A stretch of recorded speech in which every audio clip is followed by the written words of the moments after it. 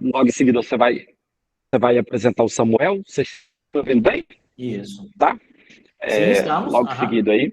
Mas assim, só a título, né, de curiosidade aí, de conhecimento para todos aí, o Samuel, né, ele é o nosso gestor, eu faço parte da equipe de TI do Laticínio Canto de Minas, ele vai falar um pouquinho aí sobre isso, né?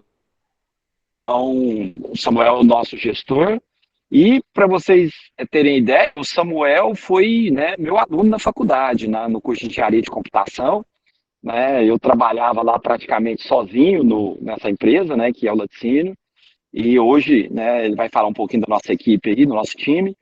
A gente tem um time aí já bastante numeroso em relação ao que era, e ele é o nosso gestor aí, né? Tenta gerir aí, né, seguindo aí as boas práticas, usando aí, vamos falar assim, alguns métodos ágeis para que a gente tenha, então, uma boa produtividade. Mas, então, é isso. Eu vou ficar aqui um pouquinho, né? Eu consigo ficar aqui em alguns minutos ainda, mas logo em seguida eu tenho que sair, porque senão meus alunos começam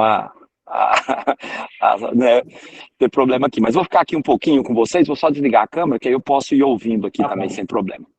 Qualquer coisa, Ô, eu vou estar aqui, só me chamar. Tá Então, bom, professor até Flávio. mais. Muito obrigado, Flávio. É sempre bom ter o Flávio aqui.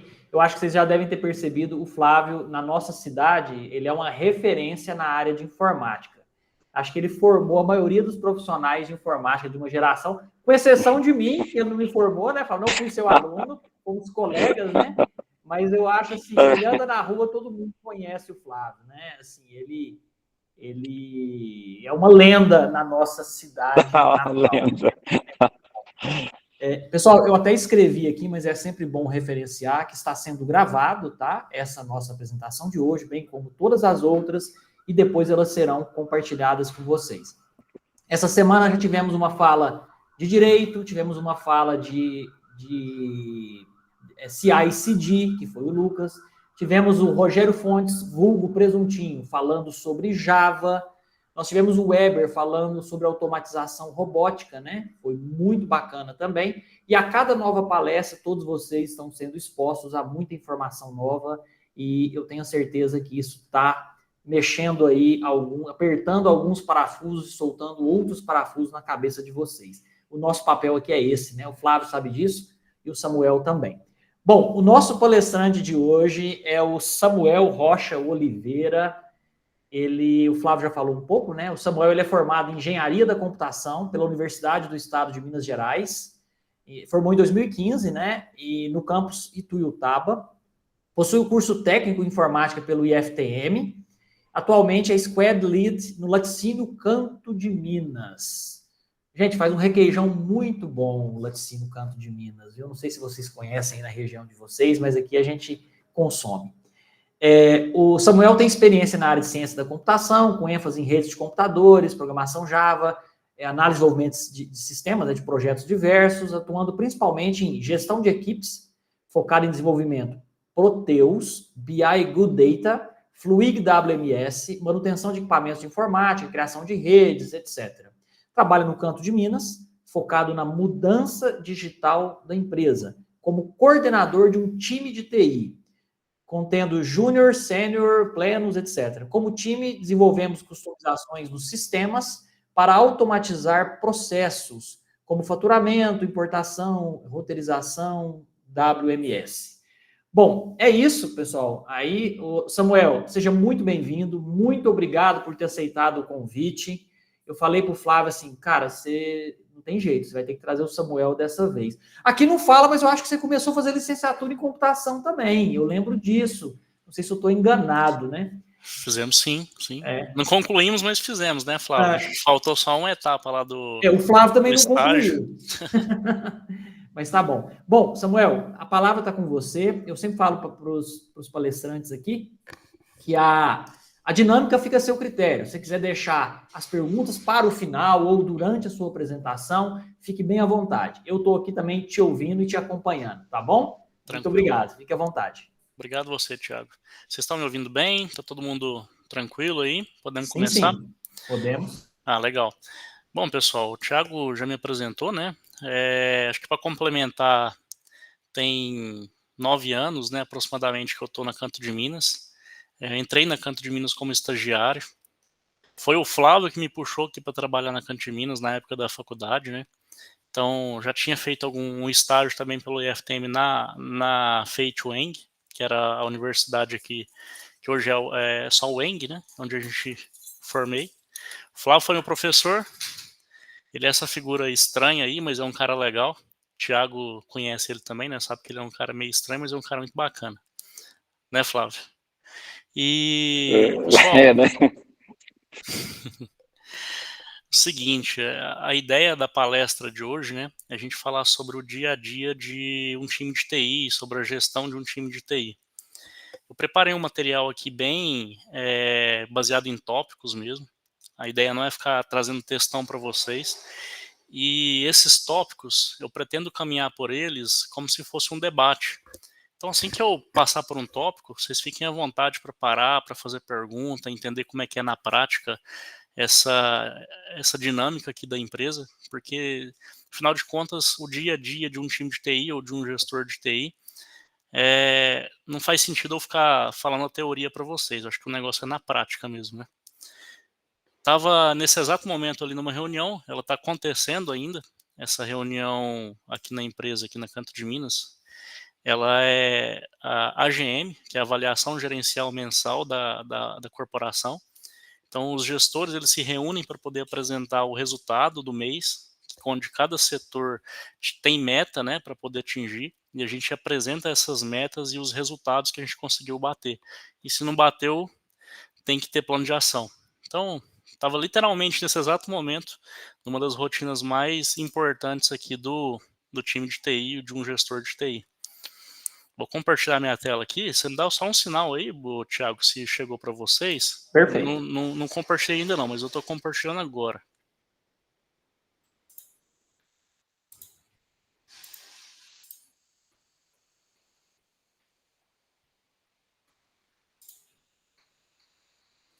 Prontinho, Samuel. Estamos vendo a sua tela.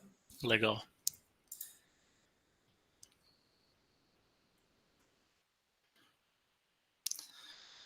Bom, sem mais delongas aí, né? Queria falar um pouco mais para vocês. Deixa eu ver se eu consigo uma segunda tela aqui. Só um minutinho, pessoal. Que aí eu vejo vocês e compartilho a apresentação. Acho que vai ser mais legal.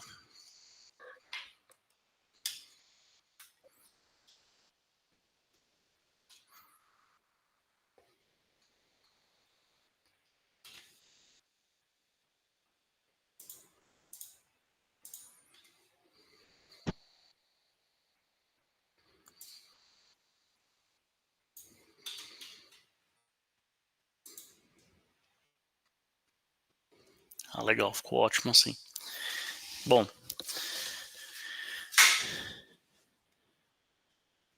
como é que funciona um time de TI, gente?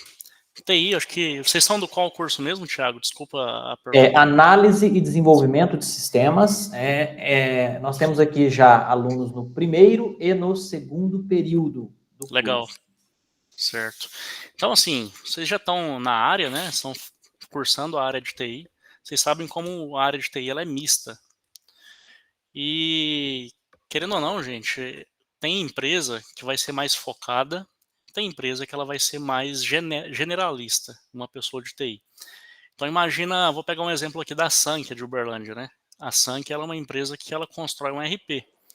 E como sendo uma empresa que constrói RP, ela vai ter especialista de qualidade de software, ela vai ter especialista ali de desenvolvimento, vai ter um cara de produto, né, que é o Product Owner, o Product Manager, ela vai ter um Squad Lead ali que está focado em pessoas, ela vai ter o time de DevOps ali para poder desenvolver as soluções, pipelines e etc. Então, tem time de RH, né, como toda empresa precisa ter um time de RH, mas focado em TI, o time é extrema, a squad, ela tem pessoas que são focadas em suas especialidades.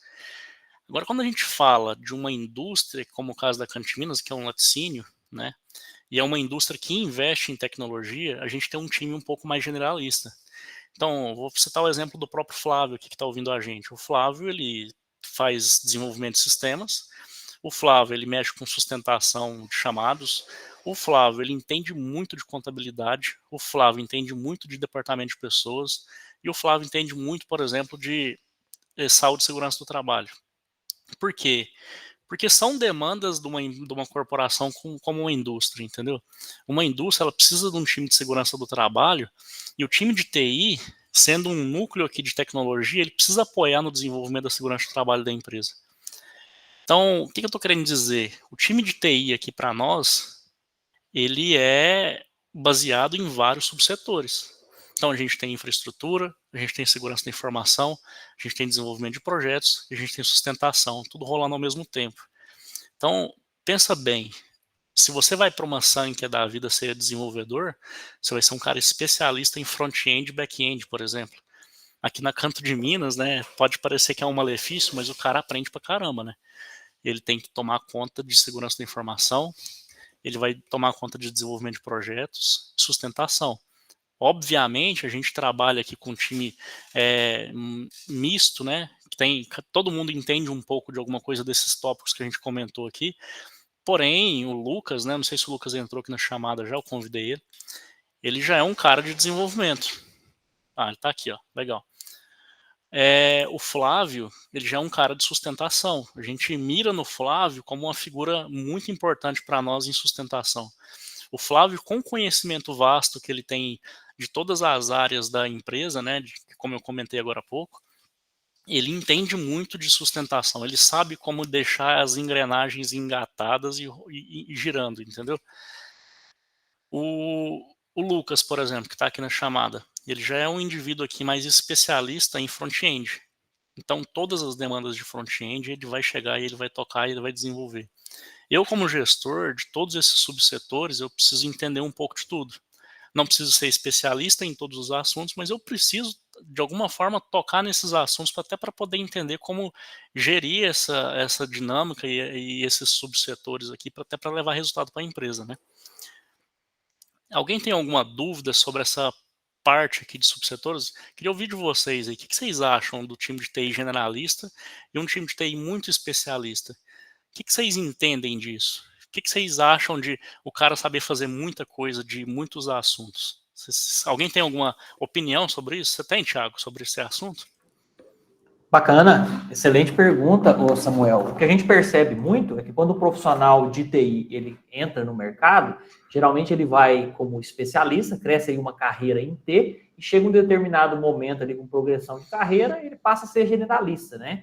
Então ele vai ter ali um arcabouço teórico e prático muito forte para uma determinada tecnologia, por exemplo, back-end, ou Java, ou Cloud, mas aquele convívio ali, conhecimento do domínio do negócio da empresa, ele tende a se tornar generalista, né? Então, isso é muito bacana. Sim. Eu, por muitos anos, fui especialista de banco de dados, trabalhei bastante com banco. Hoje eu sou um profissional generalista, né? Eu tenho formação em outras áreas e a experiência que a gente tem com anos e anos aí de TI te ajuda a construir esse perfil generalista, né? Uhum. Qual que é melhor? Precisa dos dois, né? Você tem que ser especialista, Sim. Você tem que ter especialista sempre. E muitas vezes o especialista que vai te salvar. Mas, dando um exemplo aqui do próprio Flávio, né? Que nós estamos comentando, brincando até muito comentando do Flávio aqui, mas eu conheço ele há muitos anos também. O conhecimento que ele tem de contabilidade, né, de ciências contábeis, ele põe muito contador no bolso, né? E isso para uma empresa que trabalha com lucro real e que todos os sistemas aí têm aí nota, emissão o tempo todo, isso é muito valioso, né? Não é à toa que o Flávio ganha quase 50 mil trabalhando com vocês, né, Samuel? Então, Perfeito. o cara mesmo. A minha contribuição é essa, entre o generalista e o especialista. Top, Thiago. E assim, gente, é muito comum, né? Nós profissionais, obviamente, a gente não vai ficar mirando em todos os departamentos do TI, né? Todas as disciplinas que o TI tem, né? Mas o que você mira? Você mira naquilo que você tem mais afinidade. E como o Thiago bem disse aí, né? Normalmente o profissional de TI, quando ele vai começando a amadurecer, ele está começando a virar um profissional ali mais sênior, ele tende a mirar ali em uma carreira em T para se aprofundar num assunto específico e para absorver algumas demandas também ali que é do interesse dele, que complementa o setor específico dele, né? A área específica do indivíduo. Um profissional, por exemplo, de QA, é muito legal ele aprender front-end. Porque se ele aprende front-end, ele está aprendendo os conceitos ali de JavaScript e ele já pode aplicar numa automação do processo dele ali de automação de qualidade, né? Por exemplo, ele vai fazer, às vezes, ao invés de um teste manual, né, um teste funcional, ele vai fazer um teste automatizado. Então, são carreiras, né, que a gente pode seguir, mas obviamente a gente começa por uma carreira específica, como o Thiago disse que ele começou por banco de dados, né, Thiago? Você tinha uma especialidade nesse assunto. Isso. Uhum. Bacana. Bom, se eu passo meu slide aqui.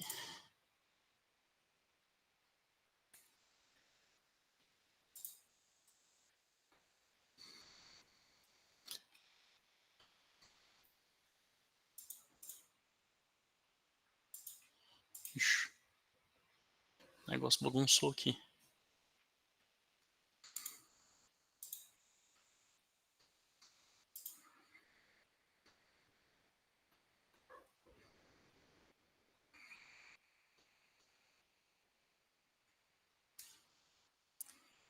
Legal, vocês ainda estão vendo minha tela? Sim, estamos vendo sim, Samuel. Apertei um botão errado aqui, eu fechei e foi tudo. Ok.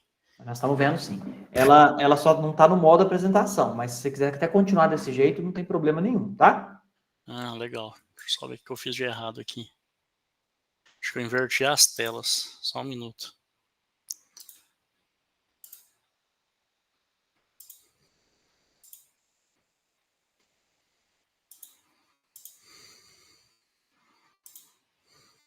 Pronto, acho que vai resolver agora. Legal, você está vendo em tela cheia, né? Sim. Top, Sim. top. Então, seguinte, então vamos passar para o tópico agora sobre as responsabilidades do gestor, né? Acho que a primeira responsabilidade de um gestor é a gestão da equipe, né? O gestor de TI, que ele está ali na execução, no desenvolvimento dos processos, né? E na execução plena dos processos diários da empresa, ele não é bem um gestor. De alguma forma, ele tem que delegar isso para o time. O time tem que tocar os assuntos da empresa. Então, quem sonha em seguir a carreira de liderança, gente, obviamente vocês precisam entender das técnicas, né, dos processos que rola dentro de um time de TI, mas de alguma forma vocês precisam entregar isso para o time. E o papel do gestor mesmo não é acompanhar esse time, fazer a contratação de alguns indivíduos ali, entender se está faltando pessoas para complementar a esteira, talvez, de um projeto, e tem que desenvolver as pessoas, certo? O Lucas, por exemplo, ele entrou aqui como estagiário, certo, Lucas? E ele não tinha conhecimento ali aprofundado de front-end. De alguma forma, a empresa entendeu que era necessário ter uma pessoa de front-end, a gente contratou o Lucas e, de alguma forma, a gente tenta motivar ele para poder ele continuar na empresa. O Lucas é um cara que quer ir para a Europa. Um cara que sonha pra caramba, né, Lucas? Então... Tava vendo umas vagas no exterior. Não, na época, né? Na época lá do estágio. Tá. Isso mesmo. Então, o Lucas, ele precisa ter ali o alimento diário dele, né? Ele tem um desejo de aprender e, de alguma forma, a retenção do Lucas aqui na empresa é contribuir para essa fonte dele de alimentação, né? Ele precisa ter coisas para ele aprender e para ele se desenvolver.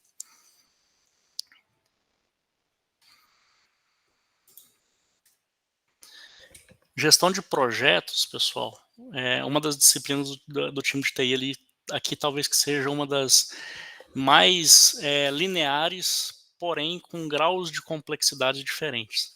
Às vezes chega um projeto para a gente aqui que é para criar um botão numa tela. Às vezes chega um projeto para a gente aqui que é para desenvolver um software para a gente controlar os documentos da empresa. Então, desde a disciplina de levantamento de requisitos, né, desenvolver o produto em si, fazer o desenho dele no Figma, apresentar isso, conversar isso com os clientes aqui internos da empresa e desenvolver essa ferramenta da melhor forma que vai atender a empresa. De alguma forma a gente tem que fazer as entregas, a gente tem prazo para executar esses projetos, tem que ter rotinas de monitoramento. Além das rotinas de monitoramento, tem muita crítica que o cliente faz no meio do caminho. o projeto volta para o início, né? Então, existe muitas situações ainda de estresse no desenvolvimento de um projeto, ainda mais na área de TI, né? Que o pessoal não consegue imaginar ainda como é que o produto dele tem que ser até o final. E talvez no ato de uma entrega, a gente tem que voltar para a prancheta e desenvolver uma solução nova ali dentro do produto que o cliente está pedindo, porque de fato aquilo não está atendendo uma expectativa. Então, uma das outras responsabilidades do time de TI do gestor de TI, né, é o acompanhamento, o planejamento e a execução dos projetos. Diga, Thiago. Não, é só para comentar, né, Samuel, que é realmente muito importante a gestão de projetos, seja a metodologia PMI ou Agile, né?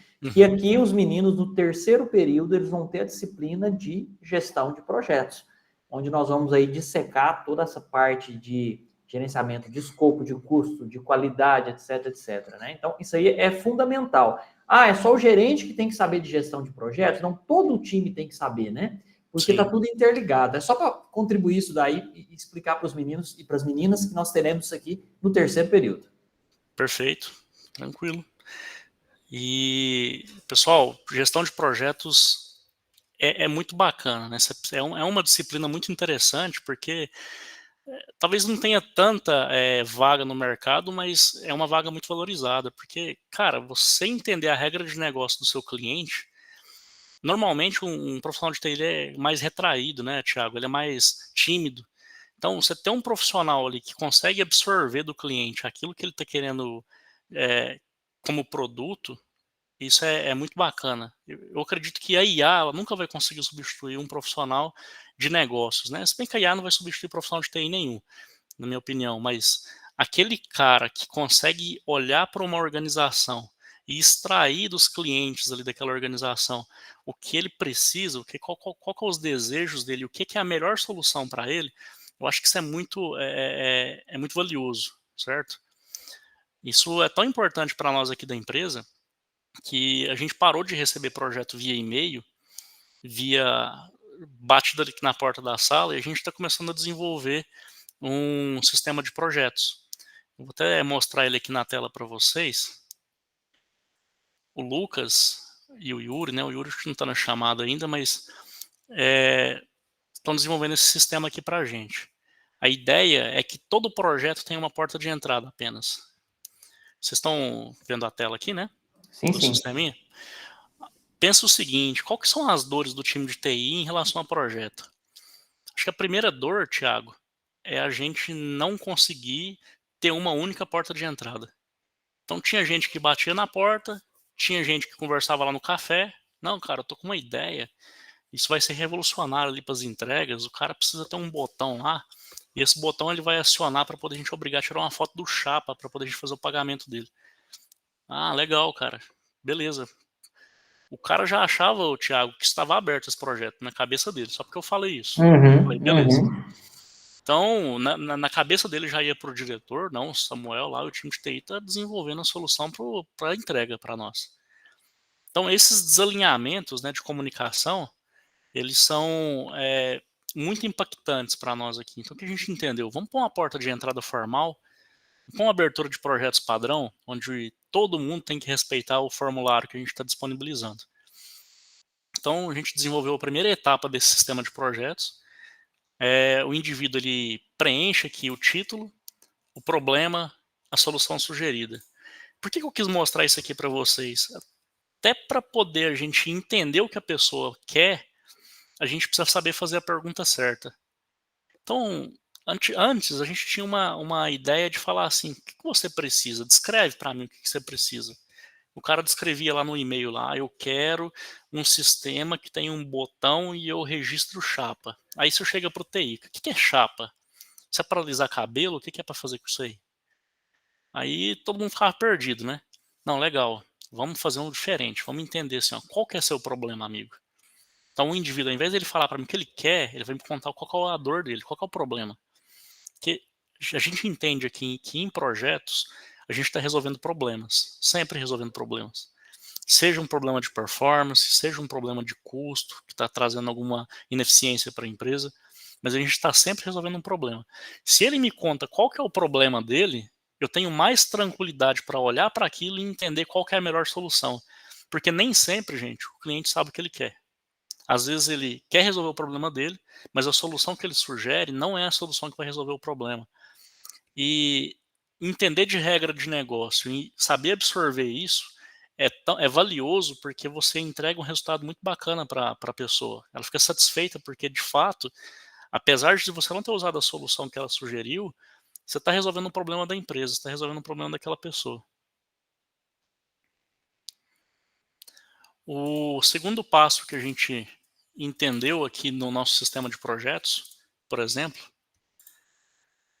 era entender quais eram as pessoas envolvidas nesse projeto. Tiago, o que acontecia? A maioria dos projetos abertos eram feitos por um analista que estava aqui na empresa, ele estava com uma brilhante ideia na cabeça dele, e de fato a ideia era muito boa, tinha um problema que precisava ser resolvido, só que a gente não sabia quem que a gente tinha que envolver para resolver aquela situação. E em muitos casos a gente acabava batendo cabeça porque eu deixava de envolver um cara da controladoria, por exemplo. E esse cara da controladoria, de alguma forma, estava implantando um processo que estava tentando resolver o mesmo problema. Aí ficava 2 setores da empresa resolvendo o mesmo problema de forma desconectada. Então, o que a gente fez? Vamos pôr um falha de comunicação, né? Uma falha de comunicação, né, Samuel? Assim, só aproveitando aí que você deu essa deixa, sim. Quando você fala de PMI, o gerenciamento de comunicação é uma das áreas, né, de gerenciamento de projetos, né? E você bateu numa coisa bem bacana, né? Porque o objetivo sempre é você entender a dor. Sim. Né? O problema, entender a dor. Essa é a pergunta, né? Perfeito. E fechar muito bem o escopo, porque às vezes a pessoa,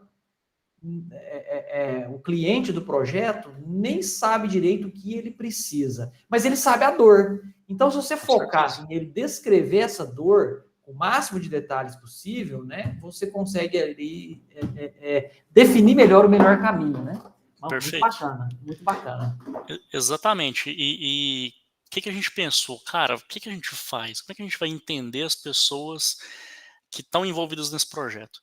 Acho que o time de TI ele poderia sair perguntando um por um. Não, você tá sabendo desse assunto? Você se envolve nesse assunto?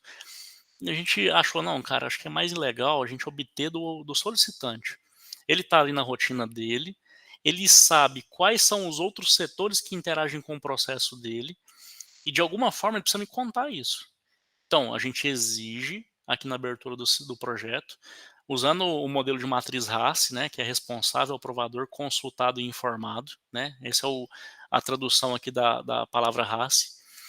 Quem que é as pessoas? Quem que eu devo, por exemplo, consultar? Então, ó, o Yuri deve ser consultado, pois ele interage na parte de pagamentos dos chapas. Legal. Então, ok, eu já estou entendendo que o Yuri precisará ser consultado e vou entender o motivo dele estar sendo consultado. Bacana. Agora vamos pensar assim, ó, o Giovanni, que é uma outra figura aqui na empresa, ele é um aprovador. Então eu sei que quando eu terminar de estruturar esse processo, esse projeto e amarrar o escopo dele, eu preciso procurar o Giovanni porque ele é o aprovador. Ele é o financiador, o famoso sponsor.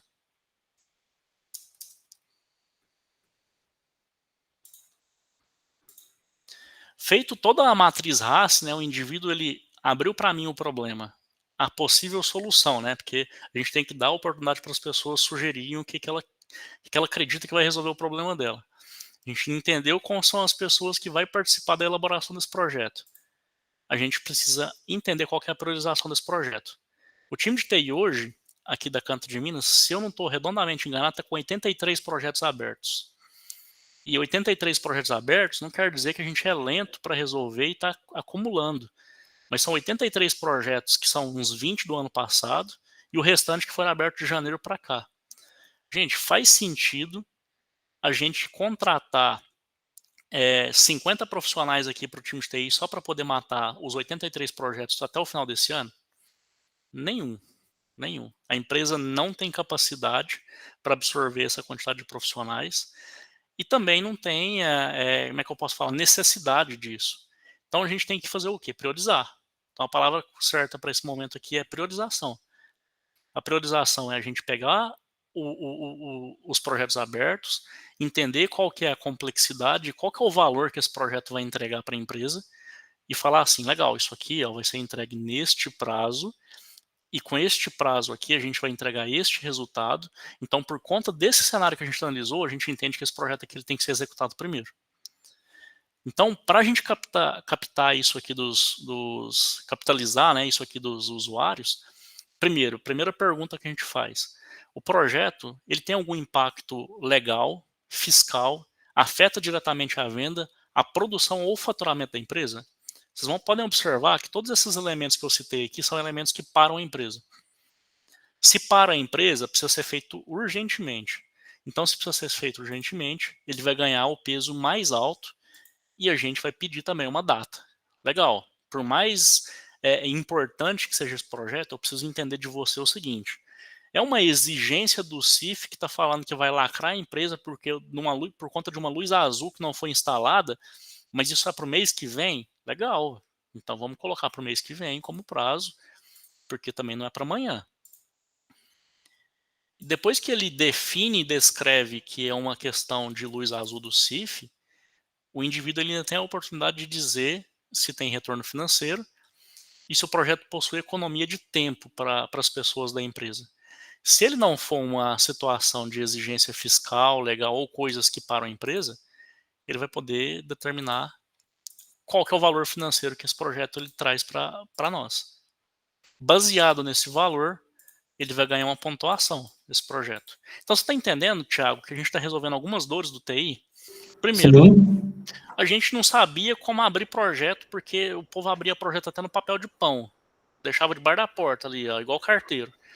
Outra coisa, se tinha muito projeto aberto, todo cliente quer que o dele seja feito mais rápido. Então, se todo mundo quer que o seu seja feito mais rápido, o que eu vou fazer? Eu vou decidir por eles? Eu, tomando, como é que eu posso falar? Sendo egocêntrico, prepotente, enfim, qualquer palavra que você quiser utilizar, eu vou poder falar assim, não, isso aqui eu faço, isso aqui eu não faço, isso aqui é mais importante, isso aqui é menos importante. Então, a gente começou a sentir o seguinte, né? Para eu não ser desse jeito, arrogante, eu vou gerar um comitê, esse comitê vai avaliar os projetos, e através da avaliação desses projetos, a gente vai definir o que é prioridade. Beleza, legal, a gente já resolveu o primeiro problema, o Samuel não vai decidir o que é importante para a empresa. Foi um comitê estratégico. Tá, mas legal, a gente está perdendo muito tempo com esse comitê. Vamos elaborar métricas que, durante a abertura do projeto, o próprio solicitante vai descrever o porquê que o projeto dele é mais importante do que o do outro.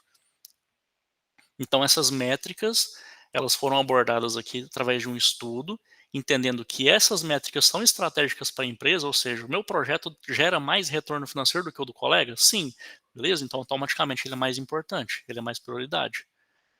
Tá, ele não gera 50 mil reais, mas se eu não fizer ele, a empresa vai ser lacrada mês que vem.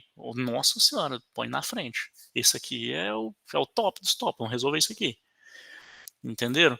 Então, através dessas definições que são feitas na abertura, o solicitante ele consegue, através da própria escrita dele, dizer para nós qual que é o projeto mais importante, qual que é o primeiro da fila, certo? E isso aqui é tão legal também, que dependendo do projeto que o indivíduo está abrindo, ele tem tão pouco retorno que ele até repensa se ele vai abrir esse projeto para a gente. Certo? Depois que a gente define, então, essas métricas, né, a gente está alinhando o projeto à estratégia da empresa. Vocês conhecem o que é missão, visão e valores de uma organização? Quer dar um exemplo aí, Thiago? Você conhece essa metodologia? Opa, deixa eu voltar para cá. Isso. Quando a gente fala missão, né? Uhum. É aquilo que a empresa se propõe a realizar. Qual é a missão dela? Seja uma padaria, uma ótica ou uma empresa grande, né? Perfeito.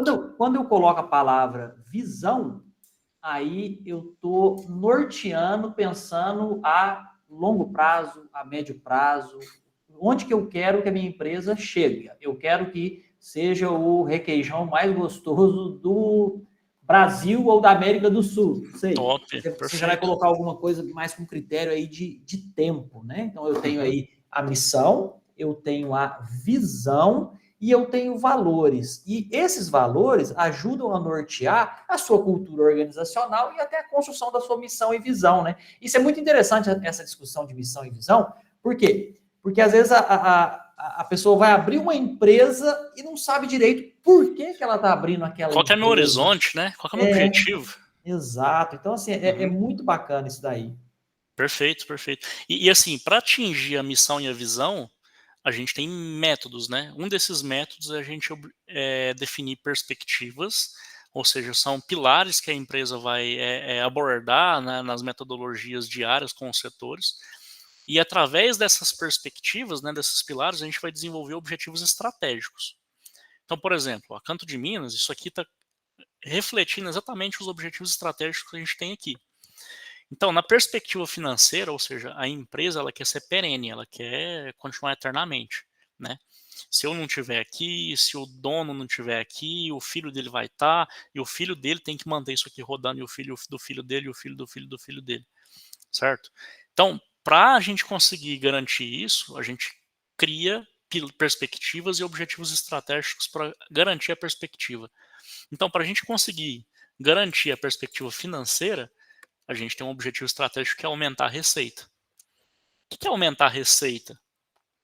Se você trabalha e você tem um salário, você tem uma receita. Se além daquele salário você tem uma pensão, você tem duas receitas, tem duas formas de ter receita. Se você tem um salário, você tem uma pensão e você também tem uma lojinha que é dirigida por um funcionário seu ali, que você tem uma renda ali naquela situação. Você tem 3 receitas. Então, tudo que é entrada para vocês, né, na renda, né, de vocês, é um tipo de receita. Quando a gente fala de objetivo de aumento, eu não vou passar por todos, né, mas é para explicar o conceito. Quando eu falo do objetivo de aumentar a rentabilidade, a gente está querendo, de alguma forma, esses dois aqui eles estão ligados, né, reduzir as perdas em toda a operação, aumentar a rentabilidade. Eu quero, através do meu trabalho, garantir que as saídas, ou seja, eu vou comprar uma panela nova ali, eu vou comprar um iPhone, e por acaso esse iPhone ele vai garantir alguma coisa para minha lojinha de roupas, de alguma forma a rentabilidade ele tem a ver com a margem que você tem entre o que sai e o que entra, entendeu? Então, garantir uma margem maior aqui, ó, eu vou sair aqui de 20% para 30%, o laticínio compra 1 milhão em leite e vende 2 milhões ali em produtos acabados, a receita dele ali já está ali a rentabilidade dele ali, vamos supor que é de 500 mil, porque além do 1 milhão de reais de leite que ele compra outros insumos, ele paga para os funcionários. Então a ideia é a gente enxugar para aumentar essa margem de 500 mil para 600, para 700, para 800 e para ser o mais rentável possível, certo? Então quando a gente abre um projeto, é até importante para as pessoas definirem por que esse projeto seu é importante para a empresa. Ele está garantindo qual o objetivo estratégico e qual perspectiva, qual pilar. Não, ele vai aumentar a rentabilidade. Fazer isso aqui, eu vou deixar de gastar com chapa e de alguma forma vou aumentar a rentabilidade. Vou diminuir perda também. Vou fortalecer a sincronia e o trabalho em equipe. Vou estruturar, não, isso aqui não. Eu vou aprimorar o clima e cultura organizacional. Ele explicando para nós o porquê desse objetivo, ele pode salvar o projeto dele. Então, parece simples, né, você pegar um projeto e desenvolver, mas existem desafios, né, na nossa mão que são maiores do que só desenvolver um projeto. Desenvolver o projeto talvez seja o menor dos nossos desafios. Nosso desafio talvez tenha a ver com comunicação, nosso desafio tem a ver com a demanda que ela é aberta com baixa qualidade, nosso desafio às vezes tem a ver com a expectativa do cliente não foi atendida, a gente, apesar de ter desenvolvido tudo que ele sugeriu, ele não resolveu o problema dele. Então, gerenciar um projeto, ele não é só pegar uma situação que uma pessoa pediu e você desenvolver e entregar. Não é basicamente isso, certo? Alguém tem alguma dúvida sobre essa questão, esse tópico de gestão de projetos? Vamos falar, pessoal, fica à vontade, tá?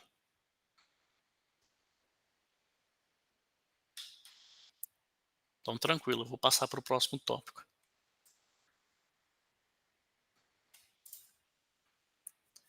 Gestão de infraestrutura. Hoje o time de TI aqui tem uma pessoa responsável pela infraestrutura.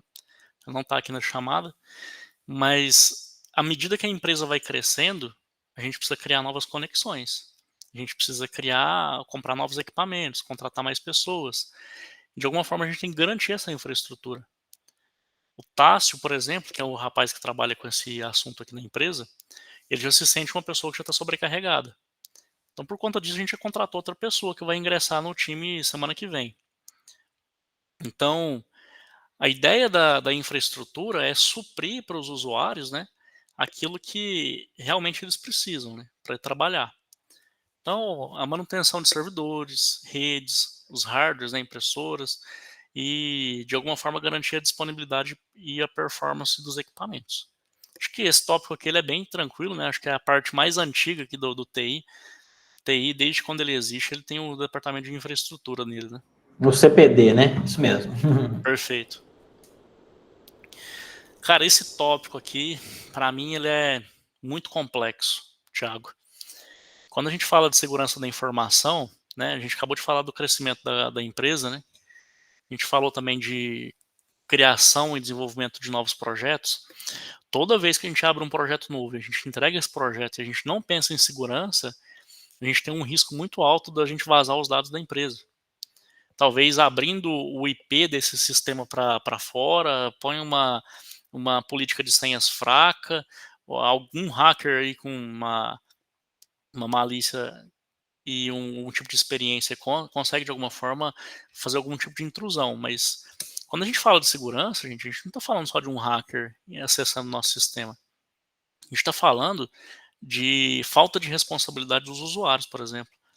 Um usuário direto aqui, eu vejo um cara que está de férias, por algum motivo ele tem algum acesso que o gestor não se preocupou com esse acesso, e ele precisa, por exemplo, passar isso para outro membro do time. O cara vai lá e pega a senha dele, ou passa sua senha, o cara acessa. E não é muito, como é que eu posso falar, raro ter alguém aqui de um time de outro, sei lá, vou chutar, controladoria, vou dar um exemplo. A controladoria fala para mim assim, não, passa para mim o acesso aí do departamento de pessoas. O que tem de mais lá no departamento de pessoas? Não, tem um salário de todo mundo da empresa aí. Então, só um minutinho, pessoal.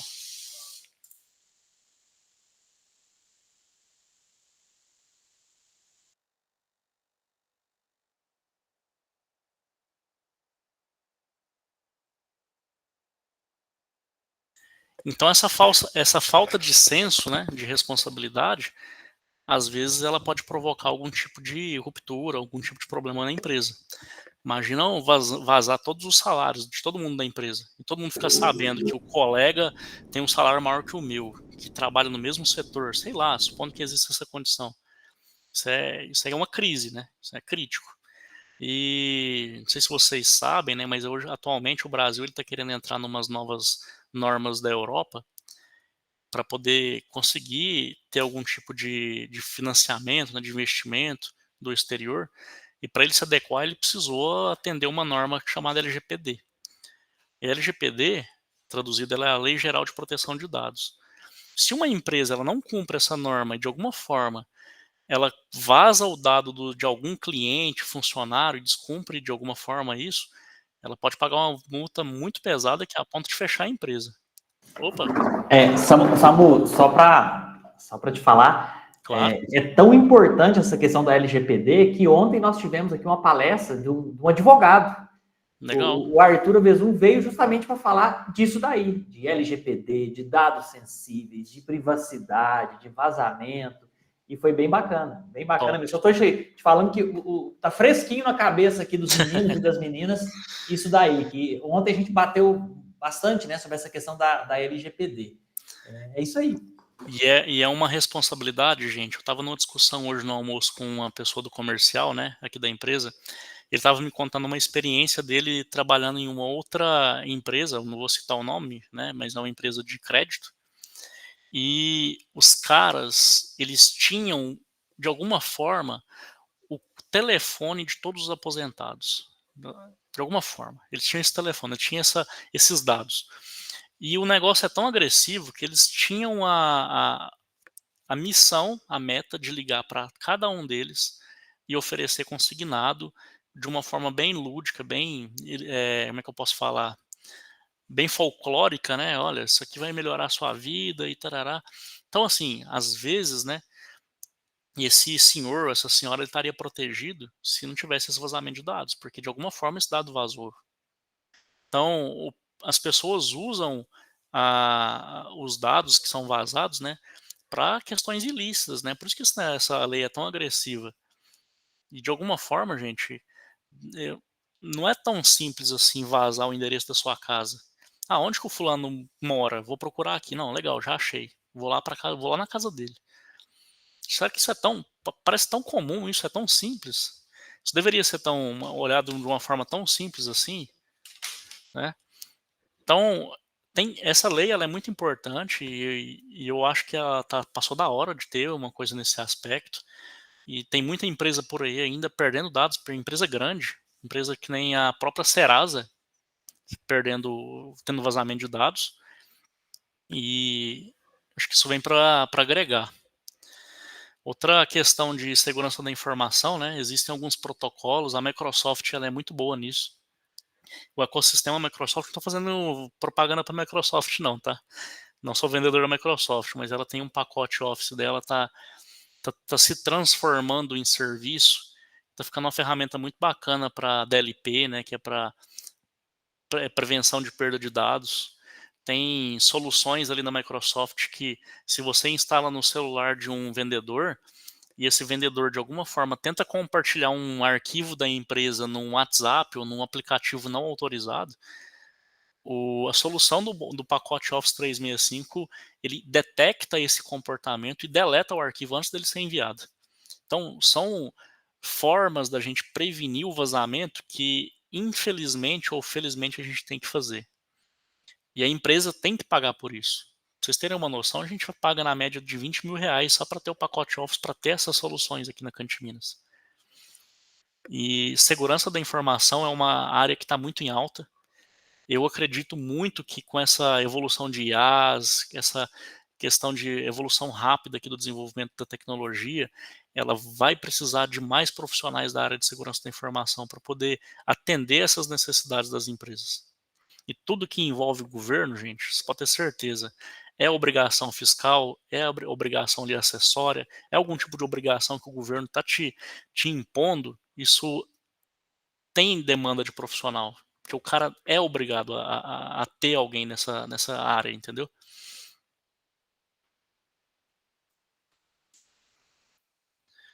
Suporte ao usuário. Legal. Olha o tanto que segurança da informação é complexo, né? Mas olha o tanto que isso aqui é complexo. Gente, suporte ao usuário. Tá aqui uma área que se eu pudesse escolher, eu não trabalharia. Gente, o que tem de pessoas que não têm educação, não sabe conversar, acha que o TI é um cachorro que está ali para chutar. Mas, gente, o profissional de TI que consegue olhar para essas pessoas com paciência, entender que por trás daquela demanda dela tem um processo que alguém está cobrando ela para ela executar, e de alguma forma aquilo não está acontecendo porque a rede dela parou, porque o monitor dela não liga, e eu acredito que a especialidade do profissional da área de suporte não é saber ligar o monitor, não é saber conectar o cabo de volta. Eu acho que a qualificação que esse cara tem que ter é no comportamento. Ele tem que saber entender que aquele cara é um cliente e saber que aquele cara está precisando de você. Você precisa dar uma força para aquele indivíduo, certo? Não tem muito o que dizer nesse tópico, mas eu queria muito dar uma ênfase nisso, gente. O mundo está precisando de pessoas que se coloquem no lugar do outro, que compreendem o outro, certo? Eu acho que esse é o ponto-chave para esse tema aqui de suporte ao usuário. Para métodos de gestão de processos, a gente, como eu disse lá no sistema de projetos, né, a gente tenta resumir os processos de TI a ter uma porta de entrada e uma porta de saída. O meio aqui pode ser uma zona, a gente pode fazer o que a gente quiser aqui no meio. Mas, gente, vamos organizar a ter uma entrada, a ter uma saída. Isso para mim é fundamental. Aqui no meio, vamos trabalhar com Scrum, vamos trabalhar com outras metodologias ágeis, vamos trabalhar só com Kanban ali, simplesinho, um quadro, para a gente fazer a gestão das demandas. Quem que vai ser especialista no quê? Quem vai resolver o chamado? Beleza, está aqui no miolo. Mas o miolo aqui, gente, o usuário ele não enxerga. Ele é muito importante para nós. Ele é muito importante para a gente definir os melhores modelos, definir as melhores formas de a gente performar, né? A gente conseguir trazer um melhor desempenho para o time.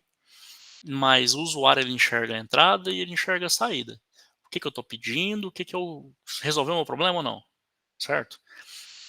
Então, a gente precisa ter modelos e métodos de gestão dos processos. Certo?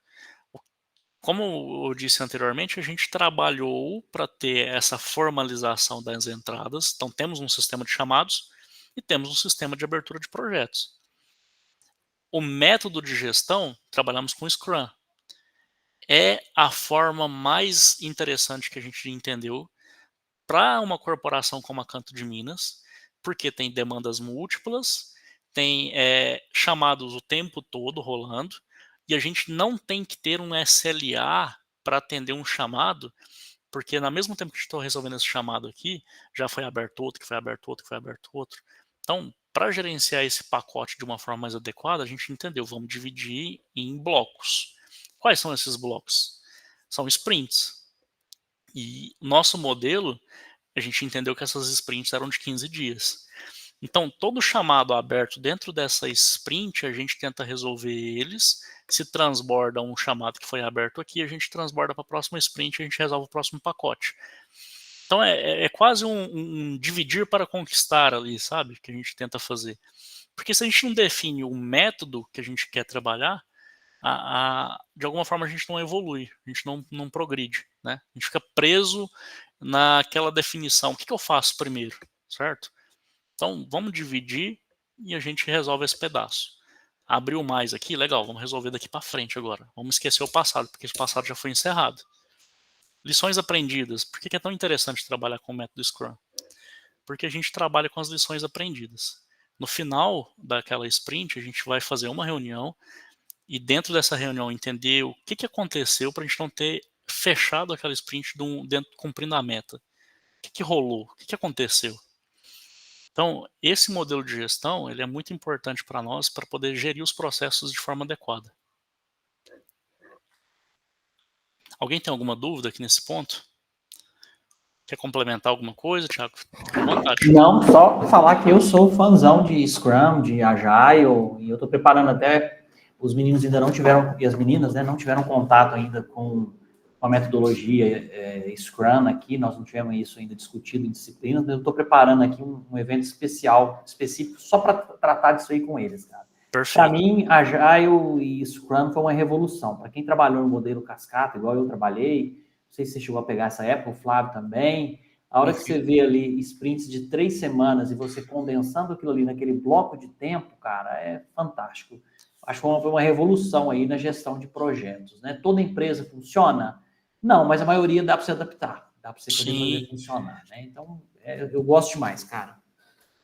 Cria uma adaptaçãozinha ali, né? No nosso caso aqui, a gente não trabalha com um produto, não é focado em um produto, mas a gente adaptou para trabalhar com o modelo, para tudo que chega para nós aqui do TI, a gente adaptar dentro de uma sprint. Sim. Não estamos resolvendo e entregando valor em um produto, a gente está entregando em vários produtos ao mesmo tempo, de alguma forma. Desafios, né? Eu já comentei alguma coisa aí para trás, né? Mas relacionamento com pares não é fácil, porque cada um tem uma disciplina, alguém ali é da controladoria, o cara é mais colérico e ele é nervoso, e ele não quer saber se você vai entregar em 30 dias, porque ele quer que entregue em 10, né? E, cara, saber lidar com essas pessoas e saber engajar elas a trabalhar junto com você, trabalhar em equipe, é muito importante. De novo, reforçando a tecla, pessoas de TI tendem, não quero dizer que são, tendem a ser mais introspectivas, tendem a não querer conflito, tendem a querer ser só um executor. Então, nos perfis ali da profissionais, né, acho que é legal você se desenvolver como um comunicador também, como um planejador. Você tem que chegar no cara e você tem que fazer ele entender por que aquilo ali não é 10 dias e por que vai ser 30 dias. E, cara, se ele, de alguma forma, construir o cenário dele informando que o problema não pode ser resolvido em 30 dias, bora para frente, vamos contratar recurso, vamos entender se um time externo vai resolver o problema. Às vezes nós não temos capacidade para resolver isso, mas eu não vou falar um não pro cara. Vou falar, cara, vamos estudar junto essa situação? O que vocês acham da gente acionar a TOTS Triângulo ali? Ó? A TOTS Triângulo tem time especialista ali, junta uns 4 caras ali, os caras resolvem isso aí até em 5 dias. Certo? Então, eu gosto muito de bater nessa tecla.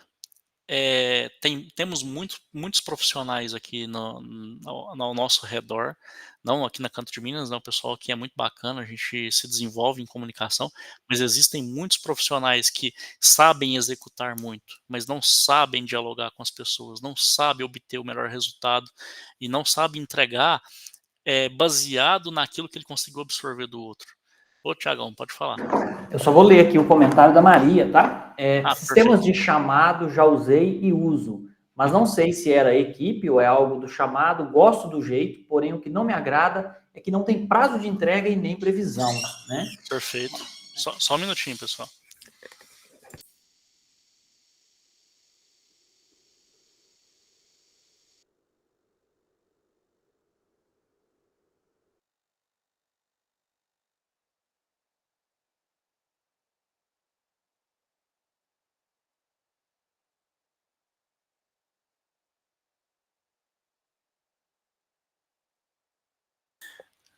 Pessoal, o SLA, né, que você está falando, né, Thiago? Você me desculpa a interrupção. E por que não entendi, foi essa parte, tá, Thiago? O SLA, normalmente, ele é presente em sistemas de chamados. O nosso aqui, por exemplo, a gente não trabalha com SLA, mas foi uma escolha nossa não trabalhar com SLA. Por quê? O time é misto, ele trabalha com projetos e sustentação, tá? Foi a Maria que perguntou, né? Isso, ela que fez esse comentário. Eu estou até escrevendo aqui o que é SLA para o pessoal. Legal. E assim, como sendo um time misto, Maria, a gente não trabalha com SLA porque, assim, ó, eu penso assim, o cara abriu o chamado. Qual que é a classificação desse chamado? Ele precisa ser resolvido por conta dessa classificação em 2 dias. Então o SLA dele é de 2 dias, ele precisa ser, é um acordo, né? Eu acordei, né? Eu defini junto com o indivíduo que eu vou resolver em 10 dias por conta das políticas que a gente tem de SLA. Por que a gente não faz? Porque nós, como trabalhamos com projetos e sustentação, às vezes a gente vai olhar um chamado e vai falar assim, cara, a gente vai resolver isso aqui agora e esse chamado vai voltar semana que vem. Então, ao invés de resolver isso aqui, a gente vai abrir um projeto, que esse projeto ele vai resolver lá na raiz da situação e nunca mais vão abrir esse projeto para nós. E outro motivo da gente não trabalhar com SLA, por conta da metodologia que a gente escolheu, que a gente trabalha com sprint de 15 dias, e se eu trabalhasse com SLA, eu ia pôr no meu indicador que se eu bati a sprint é porque eu resolvi o chamado dentro da sprint. Não vai ser mais, porque eu vou trabalhar com SLA. Então o indicador não vai ser se eu resolvi dentro da sprint, ele vai ser se eu resolvi dentro dos 2 dias acordados. Entendeu? Então, para a gente ter mais flexibilidade para entender os chamados e os projetos, a gente trabalha dentro de uma sprint. Então, o nosso acordo com os clientes é 15 dias, planejado. Então, antes de começar a sprint, a gente olha o que é prioridade, primeiro ponto. Segundo, o que é crítico, o que está rolando, o que entra dentro da prioridade. Não, então vamos resolver isso aqui primeiro. Tá? Então, ao invés de eu cumprir em 2 dias, eu vou cumprir primeiro o que é mais importante. Talvez eu resolva não em 2 dias, eu resolvo em 1 hora. Depois eu resolvo o próximo em 2 dias, depois eu resolvo outro assunto em mais 2 dias, depois em 1 dia, e assim vai, certo? É a forma que a gente descobriu para ter um acordo com o usuário, ou seja, não frustrar ele e a gente conseguir cumprir com um acordo mínimo ali de serviço entre nós, certo? Outra situação, né, que a gente acho que é que é desafio, né? Que é o engajamento e comunicação da equipe. Normalmente você tem desafios em qualquer time, não só de TI, de comunicação. O cara tá sentado um do lado do outro, os caras não conversam e a coisa não anda. Thiago, eu tenho mais tempo, já encerrou meu tempo, só para me ter certeza aqui, tá? Então, não, Samuel, você pode falar mais? Eu até tinha comentado com o Flávio, eu tenho uma orientação agora daqui 15 minutos. Então, pode ser que eu tenha que sair um pouquinho daqui a pouco já para atender essa orientação. Perfeito. Tá? Mas aí você pode ficar até o final aqui, não tem problema nenhum. Eu acho que o Flávio também já está de volta aqui para te acompanhar até o final, Samu. Eu voltei aqui, gente. Eu tive que concluir a aula, mas eu voltei. Então tá, aí você acompanha o Samuel e faz o encerramento só para eu poder fazer esse atendimento aqui, tá bom? Tá, sem tranquilo. Tá, obrigado. Fechou. Pessoal, a comunicação ela é tão importante. Ontem na GM, né, que a gente tem aqui na empresa, a gente estava fazendo uma retrospectiva de um caso. Vocês lembram de um avião que caiu no Atlântico? Você lembra, Flávio, desse assunto? Ele saiu ali do Rio de Janeiro para a França, é um Air France, né, que caiu no mar. Enfim, ele se perdeu, demoraram mais de 2 anos para encontrar a caixa preta dele, né? E nesse debate, cara, foi tão legal que eu me senti dentro do avião, né? Nós tava conversando sobre esse assunto. O desafio da comunicação, o desafio da liderança e o desafio do trabalho em equipe, tá? A gente estava falando sobre esses temas. Cara, tinham 3 pilotos, Flávio. Um deles era, tipo, muito top, era um comandante. Um era um oficial e o outro era um suboficial, que estava aprendendo. Qual que era a missão deles, além de levar o pessoal lá, né, para a França? O desafio deles era ensinar o cara que estava aprendendo. Ele estava se treinando para virar um oficial ou um comandante também. E esse avião, gente, ele era o avião mais tecnológico da época, em termos de automação. Se eu não me engano, acho que era um Airbus 730, uma coisa 720, um negócio assim. O troço tinha muito equipamento mesmo. E o cara que era o comandante daquela aeronave, né, tem um protocolo que ele precisa dormir, né, para ter sempre 2 na cabine, um descansando por conta do tempo, né, do voo. Depois esse cara que está aqui vai descansar, o outro volta, etc. Cara, ele estava lendo o livro, assim, observando as gravações, né, e o cara não estava nem aí com aquela situação. Por quê? Porque ele conhecia muito, ele sabia muito daquilo ali. Falou, não, isso aqui pra mim não vai acontecer nada, deixa esse cara pilotar isso aí, bora, vamos chegar lá. E enquanto o cara que estava aprendendo, ele nunca tinha executado aquela pilotagem, então ele estava lá, assim, muito ansioso, o cara estava extremamente apavorado com aquela situação ali, e toda hora ele perguntava, gente, é isso mesmo? Eu tô com medo, sabe? Ele tava nitidamente ansioso, e como os outros dois tinham muita experiência, eles falavam, não, mas que cara, o piloto automático tá ligado, vamos embora, deixa, tipo assim, na mente deles, né, na nossa reflexão, o cara tava cagando pro outro, né, as preocupações dele. Tipo, você vai passar por isso aqui, depois na próxima vez vai ser mais uma experiência, etc, etc. Então, na hora que a gente foi analisar, né, o relatório que saiu do governo francês e da Air France, a gente entendeu que o cara que não tinha o mínimo entendimento ali daquela situação, que estava pilotando o avião com 350 pessoas, ele entrou dentro de uma cúmulus nimbus que, por algum motivo, ele não calibrou direito ali o radar, ele não conseguiu enxergar aquela situação, ele fez um desvio errado pela esquerda, entrou numa situação atmosférica muito rara e entupiu os tubos de pitot ali do avião, porque não conseguiu mais fazer a leitura de velocidade daquele avião. Aquela situação, aquela circunstância gerou um monte de apitos dentro da cabine, deu aquela mensagem de stall, stall, toda hora na cabeça deles, e aquele indivíduo apavorou, falando, estamos caindo, e puxou o manche. Naquela hora, o avião começou a subir, e numa situação atmosférica dentro de uma cúmulus nimbus, que você tem a temperatura, condição de temperatura muito alta, né? Porque a temperatura do ar e da umidade dentro daquela nuvem eleva a temperatura em seus 15 graus. O avião, numa temperatura mais rarefeita, né, por conta já de ter uma alta altitude e ser uma temperatura mais alta, ele perde sustentação e o avião começa a cair. E o cara só puxando para cima, porque ele não tinha experiência. E o maluco que estava do lado dele acordado, a missão dele era calibrar equipamentos, não era pegar no manche.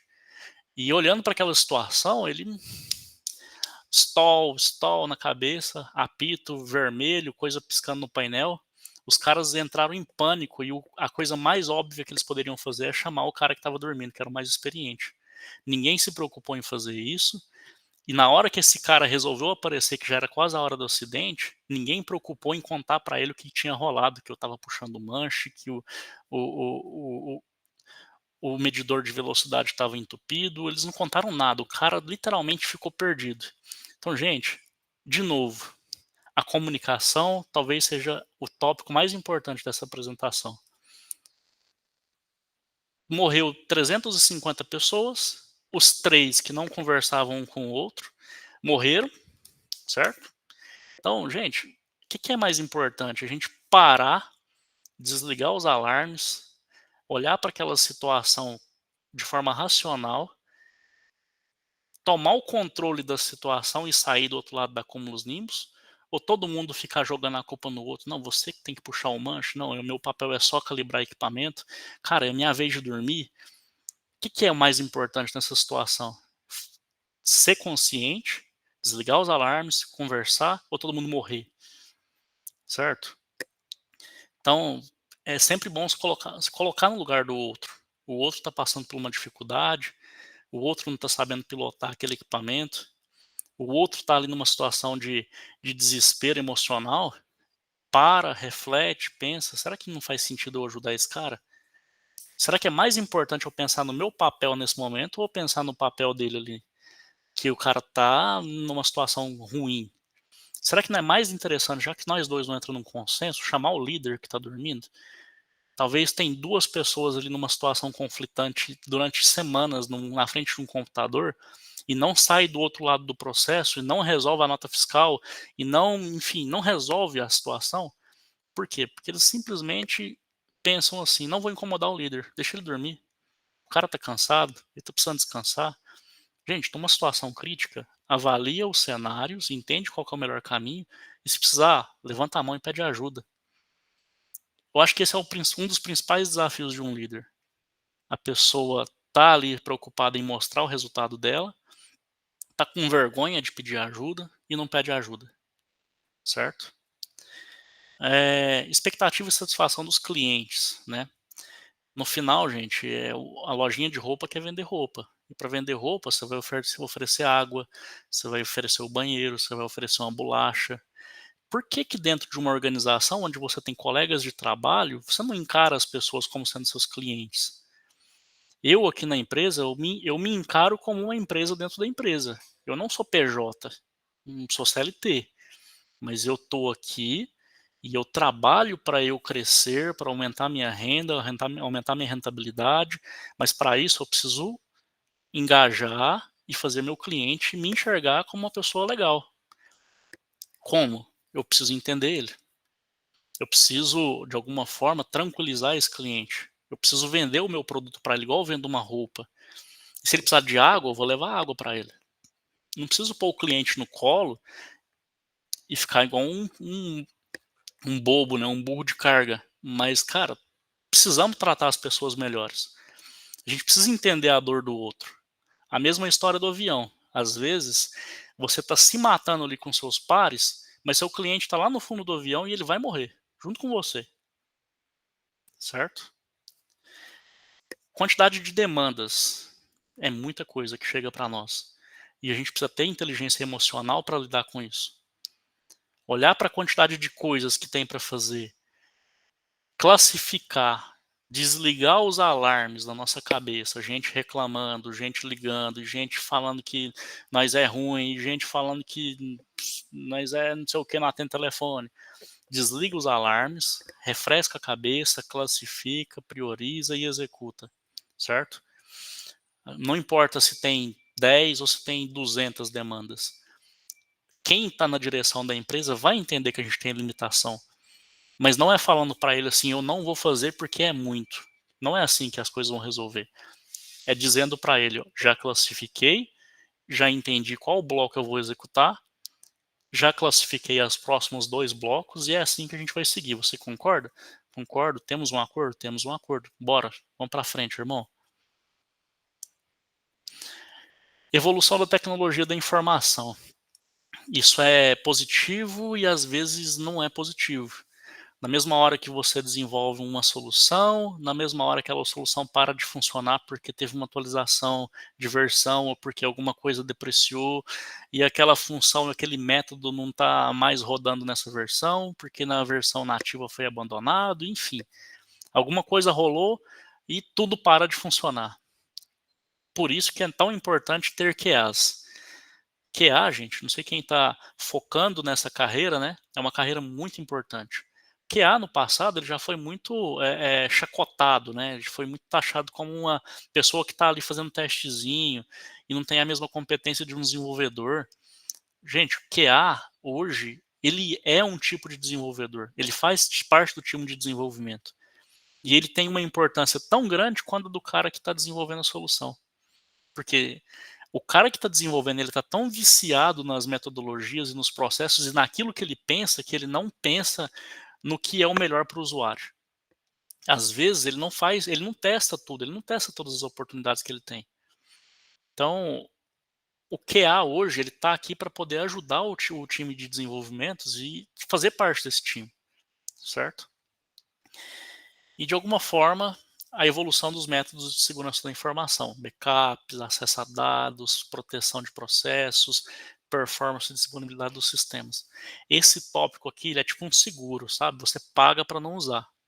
E Deus queira que você não use. Porque se você precisar usar, você está ferrado. O Flávio, loucão da cabeça, vai lá e apaga o banco de dados lá, porque sabe lá porque ele perdeu os cachorros dele, né, Flávio?